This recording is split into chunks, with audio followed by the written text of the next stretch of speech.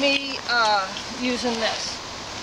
And he obviously, I was told he was a barger, and that's what he's doing. He's barging forward, his head's up in the air, not because I'm shanking it, it's because that's how he gets his leverage and he pulls out a piece of meat. This horse was a rescue, and he had very, very little training.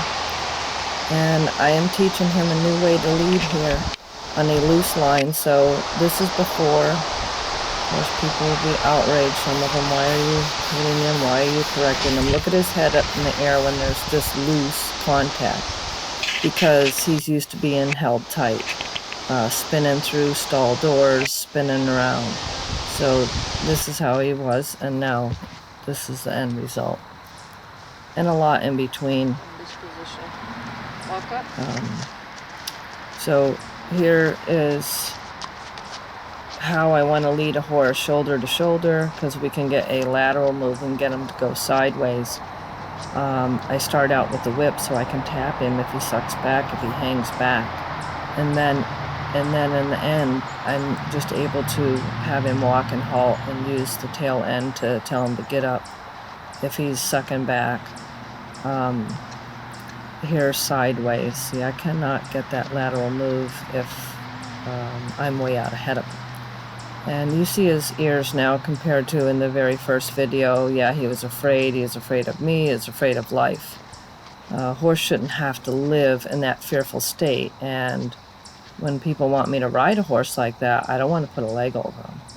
If he doesn't understand and trust me to keep him safe and understand just basic commands and turns to the right, can you lead him on this offside?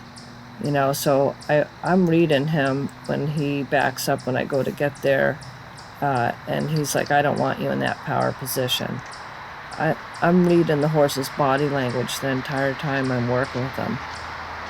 Ruger's looking on, he's like, get with the program. But here again, you see his ears are forward. He's more of a relaxed horse, and going forward in the video, you're going to see him have meltdown when I was driving him, ground driving him. And I just have a few short clips, well, a few minute clips of me driving him, leading him, lunging him, and then, you know, hope you can learn something from the video, because everyone's like, well, how do I lead him on his offside?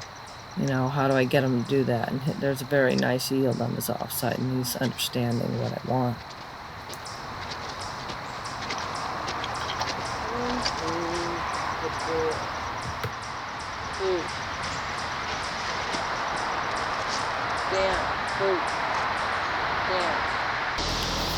So this horse, when somebody would get on, he would just go and off to the races.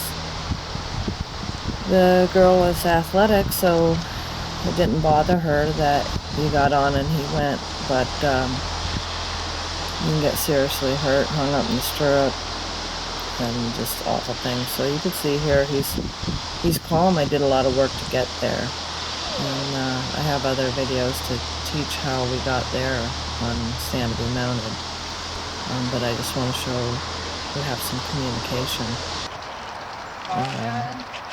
Here he has a meltdown. This is what I did before I rode him. He didn't give the pressure. He didn't understand. He wanted to blow through his head. He was high-headed. And why do you want to get on a horse if you don't have understanding? If he's afraid of lines, if you come off, he might run backwards because he's afraid a line is gonna get him. So here is going forward. He's more relaxed. I don't use a bit for retraining. There's no bit in his mouth. I use either rope halter or a bitless bridle. Here he's in the bitless. This was at the end of our month's training, that he's understanding follow a feel, change direction. Here's some more walk and halt.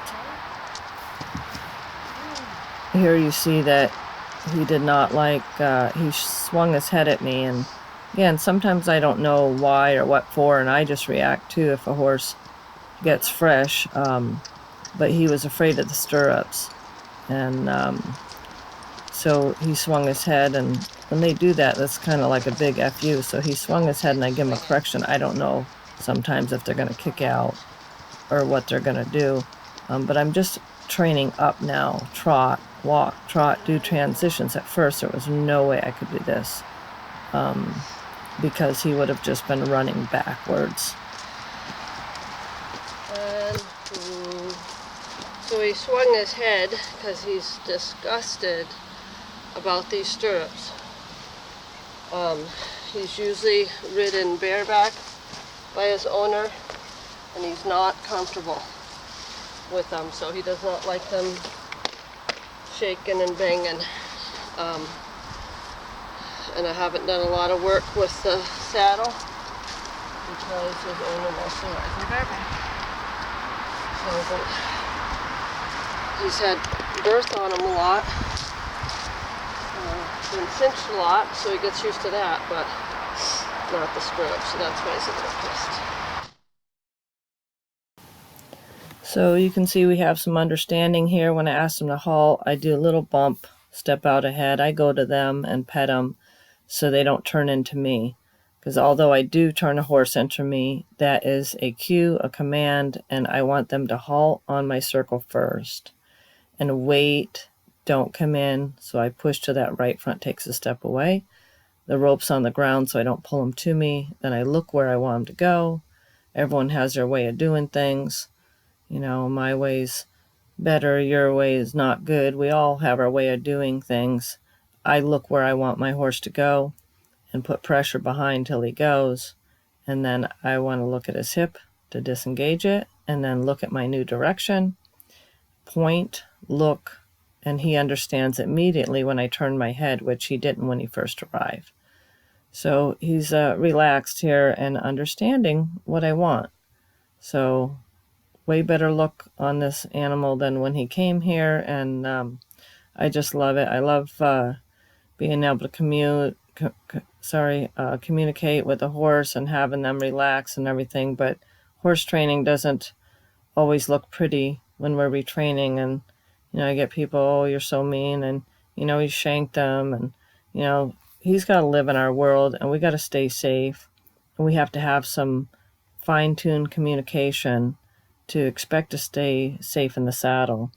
And I just really enjoy working with him and his brother. They were older horses. I don't remember now, but I think they were like 7 and 8, and just didn't have basic foundation on them.